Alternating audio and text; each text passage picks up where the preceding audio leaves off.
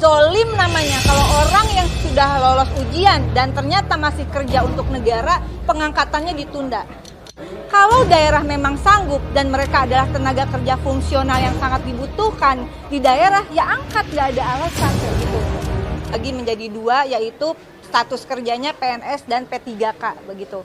Nah, pada tanggal ini udah lolos seleksi di 2024. Malah yang bidan itu lolos seleksi di 2023. Tapi harus nunggu pengangkatan, harapan mereka adalah di tahun 2025.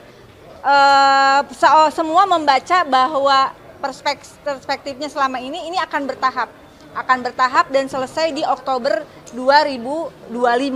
Namun kemudian katanya ada rapat di Komisi 2 yang meminta agar pengangkatan itu quote and quote ditunda untuk CPNS diangkat di 1 Oktober 2025 dan P3K diangkat di 1 Maret 2026.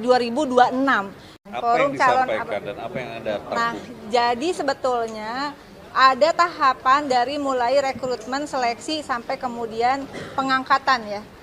Menurut saya pribadi, secara politik legislasi nih, bukan perspektif asal ngomong, udah ada aturannya. Masa perlu kita bacain? Ya, semua tuh harus ada landasan hukumnya. Dan BKN mengatakan, iya mereka memang nanti harus dididik dulu, dilatih dulu untuk menyesuaikan infonya ya, yang saya baca di berita. Bahwa mereka ini nggak bisa langsung diangkat karena perlu ada penyesuaian dengan tempat kerja yang baru. Susah ngomongnya ya. Tempat kerja baru yang mana? Ya itu juga harus dikualifikasi dong. Nggak semuanya mereka ini kerja di tempat baru atau masuk dunia kerja yang baru dari sebelumnya. Contoh, misalnya bidan. Saya balik lagi bidan yang sudah lulus di 2023. Nah, apalagi yang mau diajarin sama mereka? Cara ngeden, melahirkan gitu kan.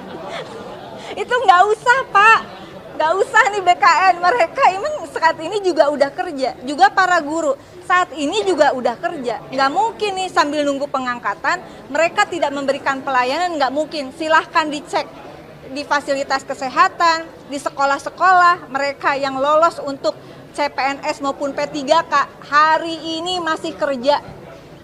Kalau daerah memang sanggup dan mereka adalah tenaga kerja fungsional yang sangat dibutuhkan di daerah, ya angkat, nggak ada alasan kayak gitu. Zolim namanya kalau orang yang sudah lolos ujian dan ternyata masih kerja untuk negara, pengangkatannya ditunda. Ada beberapa persoalan.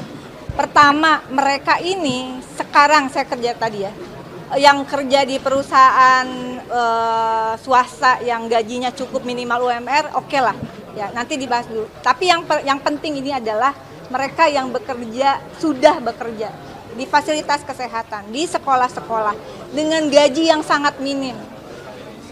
Sakit hati kalau dengar gajinya.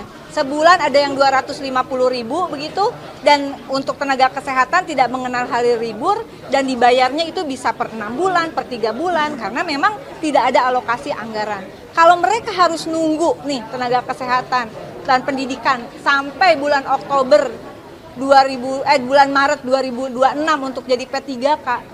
Tega apa kita?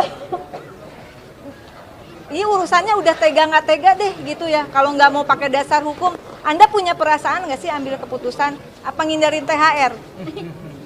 THR sama gaji 13. Udah deh kagak usah digaji THR sama 13 ya, nggak apa-apa ya. Kalian nggak apa-apa ya. Jangan dulu lah, nggak usah. Emang kerjanya juga belum setahun. Tapi angkat aja. Mereka minimal punya kepastian kerja, punya gaji, apalagi bagi mereka yang harus bayar penalti ke tempat kerja sebelumnya. Mau bayar pakai apa?